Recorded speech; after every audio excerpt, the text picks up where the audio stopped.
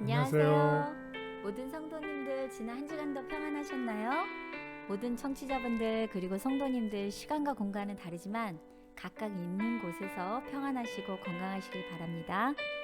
살롬의 하나님이 모든 성도님들을 보호하시고 지키시리라 확신합니다. 네.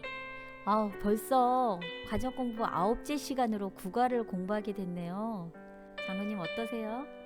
그동안 많은 자료 준비를 하셔서 교과 공부를 저에게 가르쳐 주셔서 정말 감사하다는 말씀을 드리고 싶네요. 많은 분들이 청취해 주셔서 감사드리고 도움이 되길 간절히 바라겠습니다. 사실 제가 느끼기에 장로님께서 엔지니어이시고 말씀이 지금 하시는 것처럼 많이 없으신 분이시라 그런지 정말 많은 말이 필요 없이 요약 정리를 도표나 그림으로 잘 묘사하여 일목요연하게 잘 설명을 해주시는 것 같아요. 예, 그렇군요. 네, 많은 성도님들께 어떻게 하면 과정 공부를 쉽게 잘 이해시켜 드릴까 고민을 하다가 그림이나 도포가 이해가 되는데 도움이 될 것 같아서 준비를 했습니다. 네, 오늘은 우리 모든 청취자분들과 성도님들께 제9가 성경의 토대를 이루는 창세기 두 번째 과목을 함께 공부를 할 텐데요. 오늘은 장로님께서 더 많은 자료를 준비해 주셔서 더 쉽게 잘 이해할 수 있는 시간이 될 것 같아 기대가 아주 많이 됩니다. 자, 그럼 제9과 창조, 성경의 토대를 이루는 창세기 두 번째 과정 공부를 시작하겠습니다. 네, 오늘은 구가 성경의 토대를 이루는 창세기 두 번째 시간입니다. 기억절을 한번 읽어주시죠.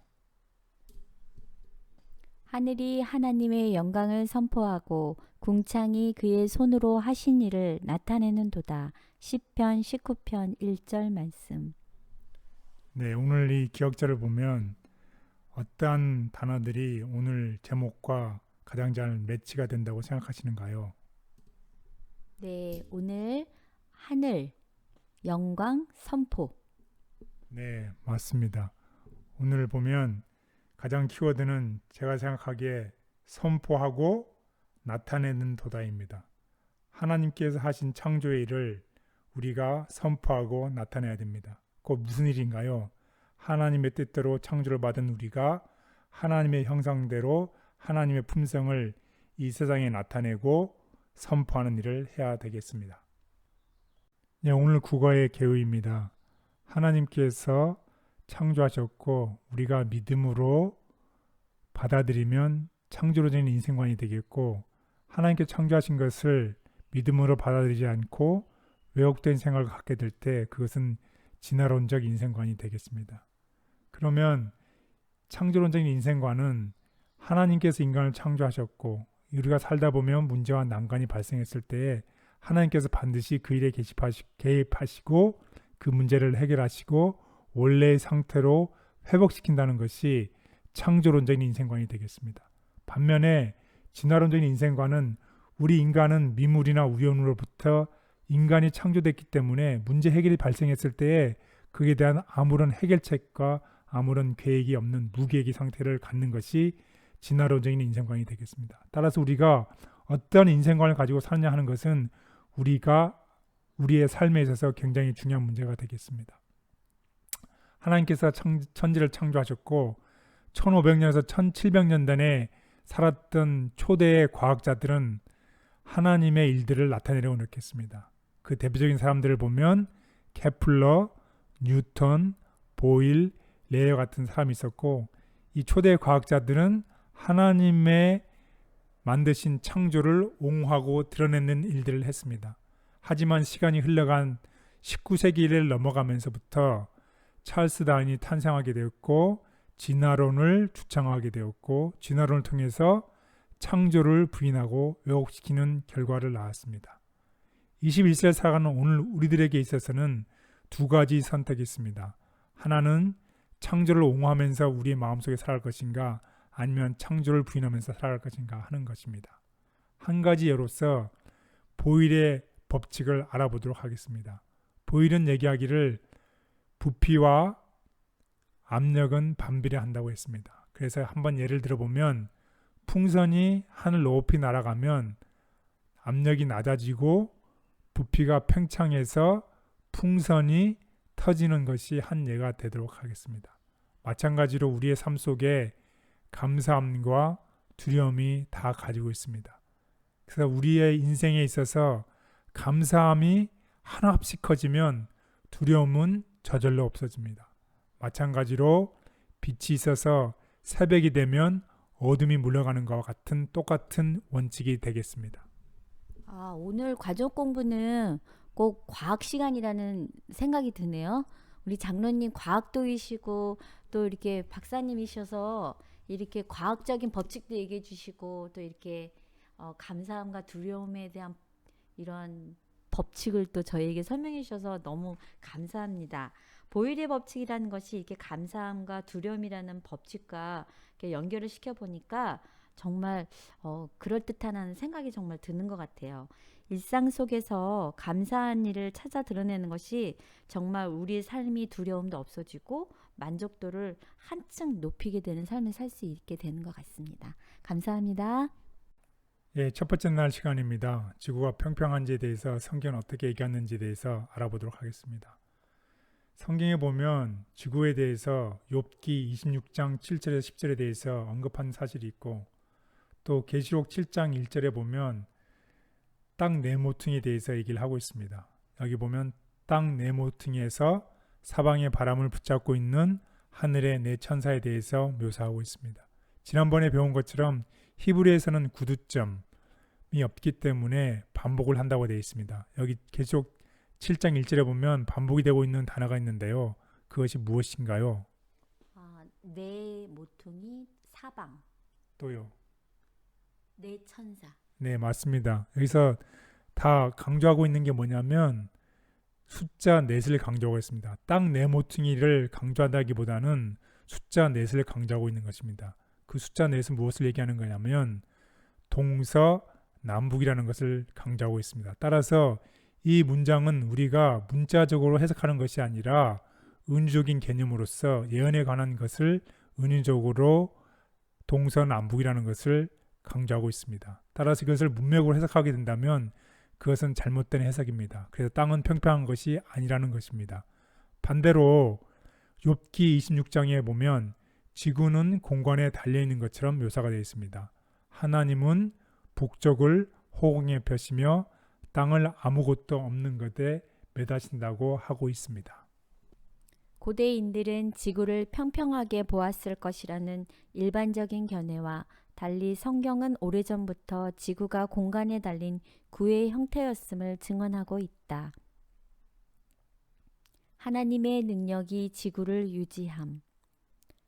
땅이 해마다 풍성한 소출을 내고 태양 주위를 공전하는 것은 천연계의 본래부터 존재하는 능력에 의한 것이 아니다. 무한한 능력의 손이 이 지구를 인도하면서 깊이 역사하고 있는 것이다. 그 공전 궤도에서 지구를 유지하는 것은 순간순간 작용하시는 하나님의 능력이다. 증언보감 3권 259. 아버지, 우주와 천연계에 감춰진 진리를 발견하면 할수록 창조주의 섭리와 지혜와 정교함에 감탄하게 됩니다. 저희가 하나님과 성경을 알기에 가장 합리적이고 과학적이며 지혜로운 백성이 되게 해 주시옵소서. 아멘. 예, 둘째 날입니다. 고대 문학 속에 나타난 하나님의 창조에 대해서 알아보도록 하겠습니다. 여호와 하나님이 땅의 흙으로 사람을 지으시고 생기를 그 코에 불어넣으시니 창세기 2장 7절 말씀.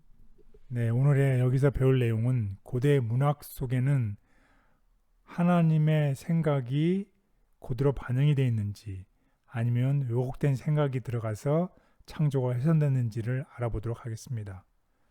그래서 하나님의 창세기를 보면 하나님은 손수 사람을 빚으시고 그에게 생명을 불어넣으셨습니다.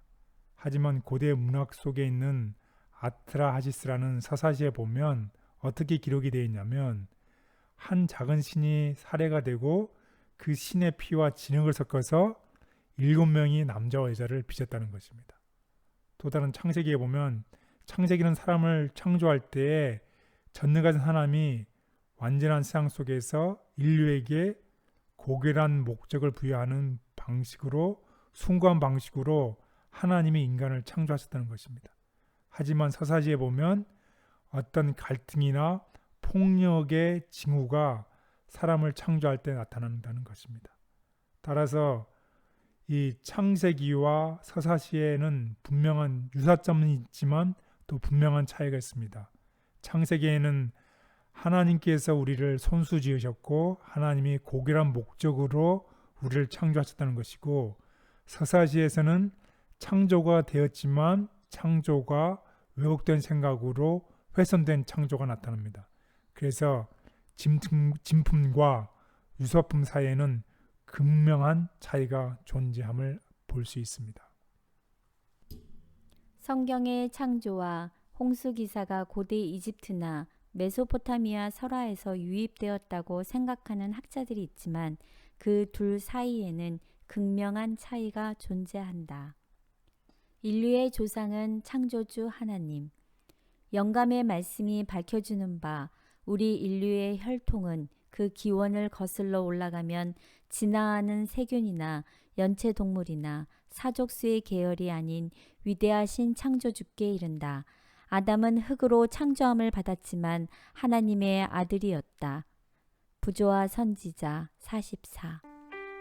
창조주의 성품을 비뚤어진 시각으로 보게 하려는 사탄의 속임수에 넘어가지 않고 참 하나님을 알게 해주셔서 감사합니다. 저로 하여금 아버지의 성품을 나타내는 자녀가 되게 해 주시옵소서. 아멘. 네, 셋째 날 창세기와 이방 종교에 대해서 알아보도록 하겠습니다.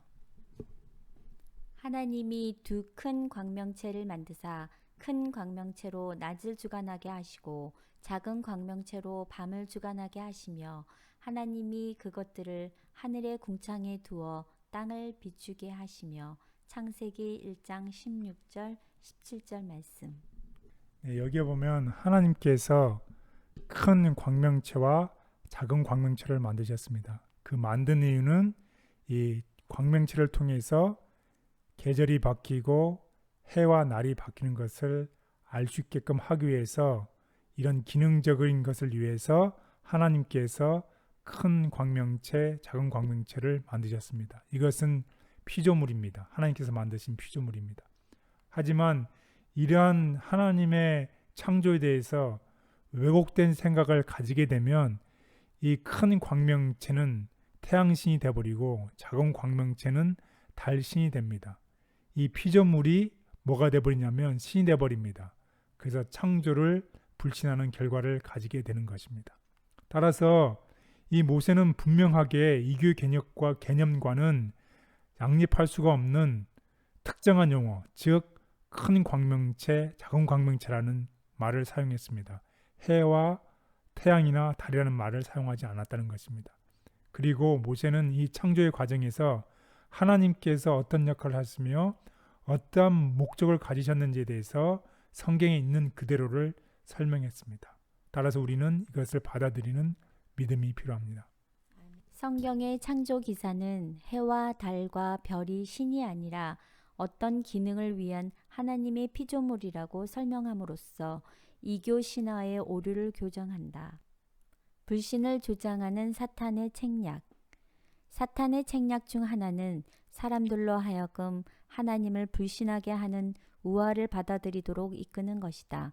왜냐하면 그는 이렇게 함으로써 그 자체로는 아주 명백한 하나님의 율법을 애매모호하게 만들 수 있고 사람들이 대담하게 하나님의 정부에 대하여 반역하도록 만들 수 있기 때문이다. 부조와 선지자 112.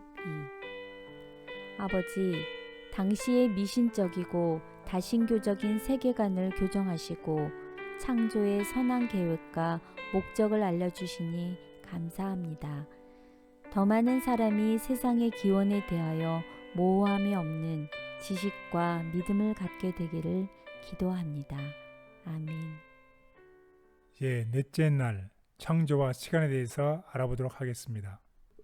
아담은 130세에 자기의 모양 곧 자기의 형상과 같은 아들을 낳아 이름을 셋이라 하였고 아담은 셋을 낳은 후 800년을 지내며 자녀들을 낳았으며 창세기 5장 3절 4절 말씀.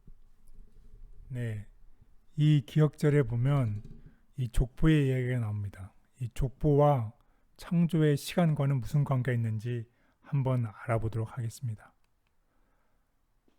하나님께서는 창조를 인간을 위해서 하셨습니다. 시간도 그렇고 우리 인간을 위해서 창조하셨고 6일째 된 날 특별히 인간을 창조하셨습니다. 아담이 창조된 이후에 아담은 130년을 살고 난 이후에 셋을 낳게 됩니다. 아들 낳게 되고 그 다음에 800년을 더 살다가 그의 나이 930년이 되는 해에 땅에 묻히게 됩니다.